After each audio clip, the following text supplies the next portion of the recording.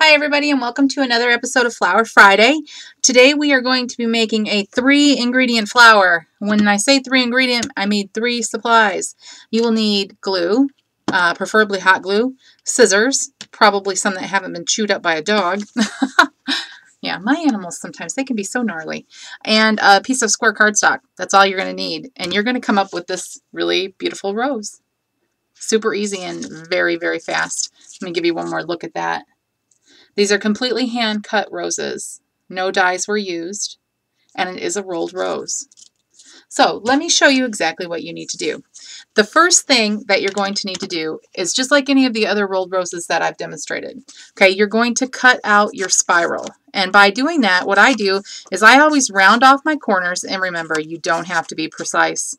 So I just round off these corners, and then I just pick a corner, whichever one is closest to my scissors, and I start there, and I just kind of cut in, and I'm just going to make a nice spiral all the way around. Now, on this particular flower, I want my spiral pieces to be thick because I am going to be cutting petals out of them, and I'll show you how to do that in just a second. So I am leaving my spiral about anywhere between 3/4 of an inch to an inch wide, and it will vary because when you go around, when you're going around the circle, it's never even when you're hand cutting. Okay, so once I have that done, this is my spiral here, okay? I'm just going to round off this edge just like that. That gives me a nice starting point. All right, now to make this flower with the petals, how do I do that? Well, I'm going to show you. It's really easy. All you're going to do is you're going to cut petals. You're just going to take your scissors and you're going to cut small petals. And they can be any size that you want, and they don't have to be perfect. And I know that this kind of might bother people, the ones, people who are perfectionists. And, I am like that a little bit. But when it comes to flowers, I'm not really like that. I just kind of go with the flow when it comes to flowers. I like things to be proportioned, but I don't necessarily have to have them to be like equal sizes. So I never worry if my scallops aren't the same size. So that's all I'm doing here is cutting scallops out. You can see. Now, one tip though, you do need to cut pretty far down. Okay, you don't want to leave too much because when you're turning this in, you want these petals to be free to curl over at the end so that you can make your rose, okay? If you only, say you only did something like this, okay?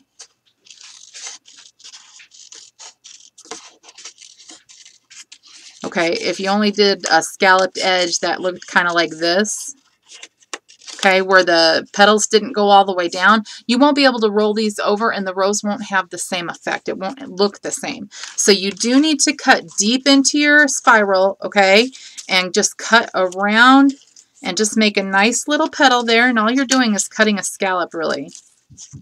Okay, so you're cutting almost all the way down. I'm about 1/4 of an inch from the bottom of my paper, okay, so you're going to do that all the way around.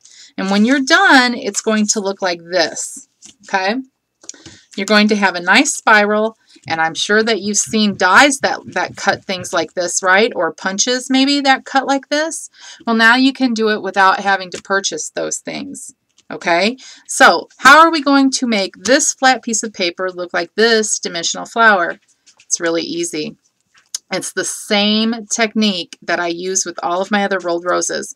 I'm going to fold it down to a 90-degree angle, and I'm just going to make that that inside petal. That's that's your bud, okay? And then I'm just going to start rolling, and I'm going to roll all the way around until I come to the end. And this little piece right here, I'm using this as a flap to glue. Okay, when I'm gluing my flower down, that's going to glue down for me. So you want to kind of keep that out of the way. Yours doesn't necessarily have to be as big as mine. Most of the time I don't use an entire petal, but that just is what happened. So I'm just going to keep rolling here. This is a great idea when you're in a pinch, and you need a rose, but you don't have that tool, or especially for beginners who might not have accumulated a ton of tools yet or a ton of punches. Okay, so this is really good for those who are new people or don't have those particular dies, or maybe they don't have a die cut machine and maybe they don't want to invest in one and they prefer to do it by hand.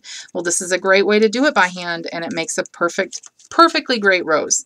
Okay, so this is what you end up with after you've rolled your rose. Now, I like to let mine loose, okay, because I want to get in here to these inside petals and be able to fold some of them over. And I can't do that if it's a really tight rose here in the middle, so I like to let it go a little bit. Okay, and you can let it go as far as you want, and that little flap right there, it kind of helps a little bit to keep it from unrolling, and mine kind of got stuck, but it helps to keep it from unrolling too much. Okay, so now I've got this, all right, and this is about where I want it. So before I do anything else, I'm going to glue because I don't want it to unroll anymore. Okay, so I'm just going to stick my glue in all over the bottom, and then I'm going to press down. Okay, and that's going to give me this nice flower shape, and you'll notice that some of these petals over here aren't adhered down. You can go ahead and put a little bit more glue. Okay, and then just push them down as well. Or you don't have to. It's not going to go anywhere as long as your middle is secure. Okay, so now I've got this secured down, and I'm just going to fold my edges over. I'm just going to take my paper piercer, and I'm just going to kind of roll them. Bend them over this, roll them, whatever you want to do. You know, this is just giving that curl shape to your petals, okay? And you're going to do this all around.